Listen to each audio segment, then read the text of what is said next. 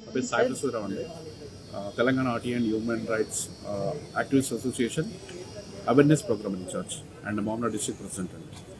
So ఈరోజు మేము మా RTI human rights activist association ద్వారా ఎలక్షన్ కమిషనర్ గారికి 2 అంశాల విషయమై వారికి వినతి పత్రాలను సమర్పించడం జరిగింది. అందులో మొదటి అంశం ఏంటంటే ఎలక్షన్ పోలింగ్ డే రోజు ఏవైతే ఎంటర్టైన్మెంట్ జోన్స్ ఉన్నాయో వాటన్నిటిని ఆ రోజు సెలవు దినంగా ప్రకటించాలని చెప్పి ప్రైవేటు ఉద్యోగం ఎవరైతే చేస్తున్నారో వాళ్ళందరికీ కూడా ఆ రోజు సెలవు దినంగా ప్రకటించాలని చెప్పి వారికి ఎలక్షన్ కమిషనర్ గారికి వినతి పత్రాలు సమర్పించడం జరిగింది.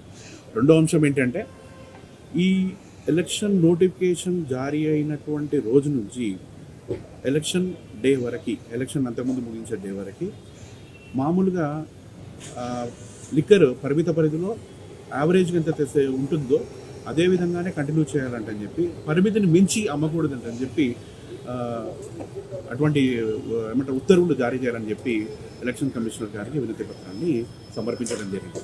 మా యొక్క RTI human rights activist association యొక్క ముఖ్య ఉద్దేశం ఏంటి అంటే ఈ పోలింగ్ పైన ముఖ్యంగా అవగాహన అనేది ఏర్పడాలని చెప్పి పోలింగ్ యొక్క శాతాన్ని పెంచాలన్న ముఖ్య ఉద్దేశంతో ఈ యొక్క వినతి పత్రాలని ఎలక్షన్ కమిషనర్ గారికి సమర్పించడం జరిగింది.